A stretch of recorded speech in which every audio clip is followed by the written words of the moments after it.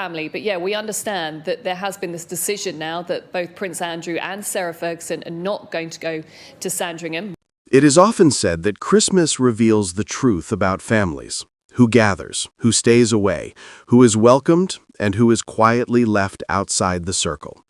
This year, inside the British royal family, that truth is more exposed than ever.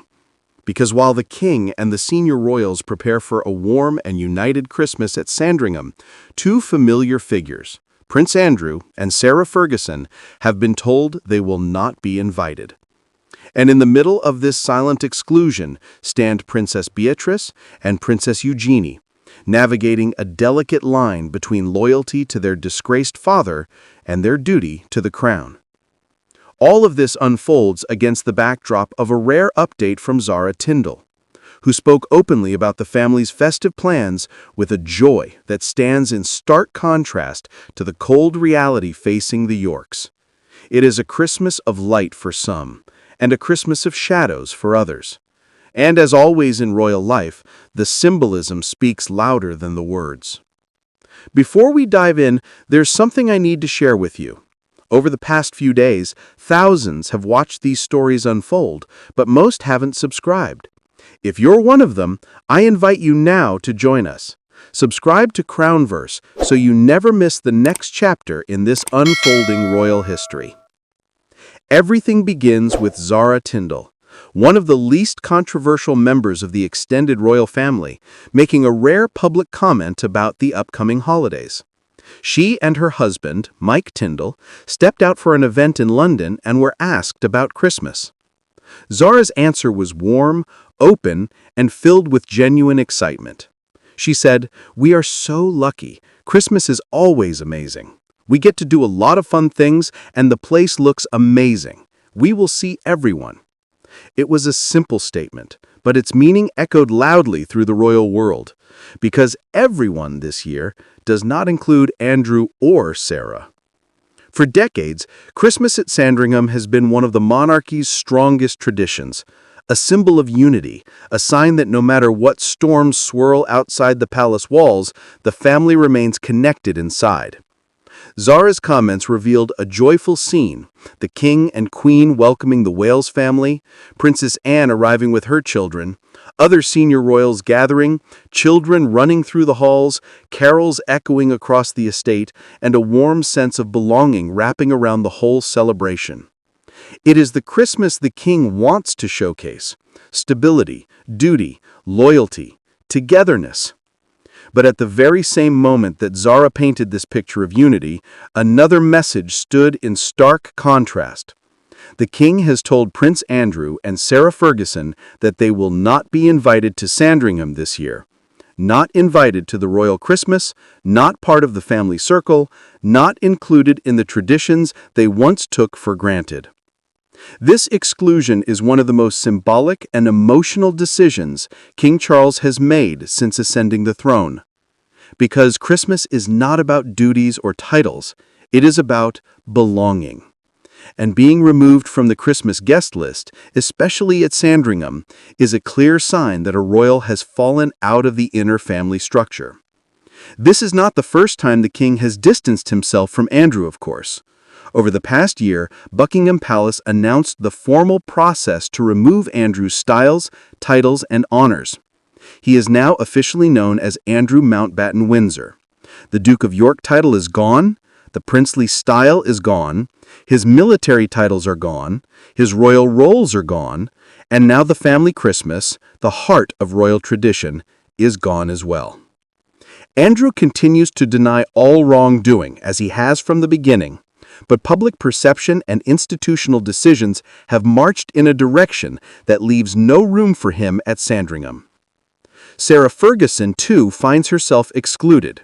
This may surprise some because in past years she has occasionally been welcomed to certain holiday gatherings, but not this time. The king's decision is firm. The Yorks will not be part of the main Christmas celebration. This separation is not only logistical, it is emotional.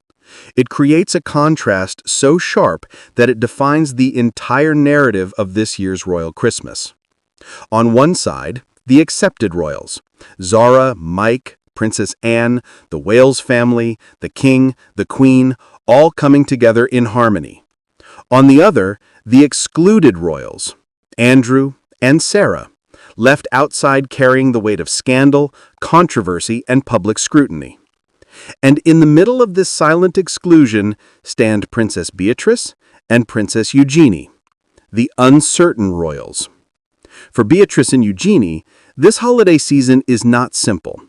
They have watched their father's identity be torn apart piece by piece. They have watched his name become the subject of headlines that cause shock, disgust, or pity.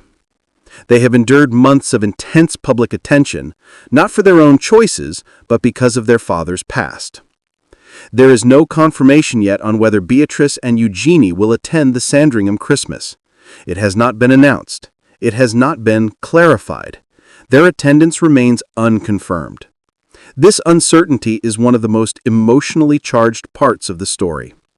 If Beatrice and Eugenie attend the Princess of Wales's carol service on December 5th, as they sometimes do, it could signify an effort to remain connected to the working branch of the royal family. If they attend Sandringham for Christmas, it will be seen as a powerful show of support from the king, a gesture of inclusion that stands in contrast to their father's exclusion. It would also be interpreted by many as an attempt to protect the York sisters from bearing the full weight of their father's scandal. But if they do not attend either event, it may be interpreted, though unverified, as emotional distance, as a sign that the fallout surrounding their father has created complications too deep to ignore. Such interpretations, however, are speculative and should be described as unverified public theories, not established facts. This emotional triangle, the accepted, the excluded, and the uncertain, shapes every detail of the story. Zara, glowing and open, speaks freely of a joyful Christmas at Sandringham. Her words reflect a family circle that feels confident, aligned, and at peace. This is the side of the monarchy that the institution wants to showcase, a strong family led by a king who is determined to preserve the dignity and unity of the crown. Andrew and Sarah, on the other hand, form the silent edge of the triangle, the part that will not be photographed, the part that will not appear in Christmas portraits, the part that will not walk with the family to church on Christmas morning. Their Christmas will be separate, quiet, subdued, and overshadowed by the same cloud that has hovered over them for years. And in the middle of it all stand Beatrice and Eugenie, the daughters who love their father, who understand the seriousness of public perception, who have their own families now, who want to protect their children from the fallout, and who must decide where to stand during the most symbolic event of the royal calendar. This is more than a holiday story. It is a story about belonging, identity, loyalty, and consequence. The accepted royals symbolize the future of the monarchy. Zara, Mike, Princess Anne, the Wales family. Their Christmas will be full of laughter, chatter, traditions, and the warm glow of public approval. The excluded royals symbolize the past. Andrew and Sarah, marked not by titles or honor, but by scandal and controversy. Their absence will be felt even if unspoken. Their separation represents the boundaries King Charles is drawing around the institution. The uncertain royals symbolize transition. Beatrice and Eugenie, navigating one of the most difficult positions any royal children have faced in recent decades. They are not excluded, but not fully included either. They are welcome, but their father is not. They may go to Sandringham, or they may stay away. They may attend the carol service, or they may choose privacy. Every decision they make carries symbolic meaning, even if they never speak a word publicly. The emotional weight of the situation lies in these contrasts. The warmth of Sandringham versus the coldness of exclusion. The joy of Christmas traditions versus the silence surrounding Andrew. The pride of the senior royals versus the uncertainty surrounding the York sisters.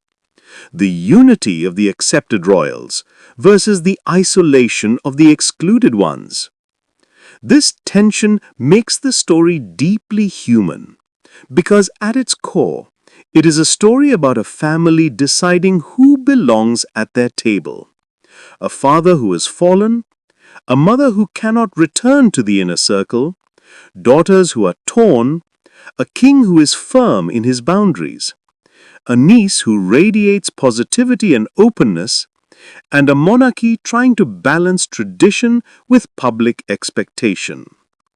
As Christmas approaches, the world waits to see whether Beatrice and Eugenie will appear at Sandringham, whether the king will extend a subtle gesture of support, or whether the York sisters will choose a quieter path this year.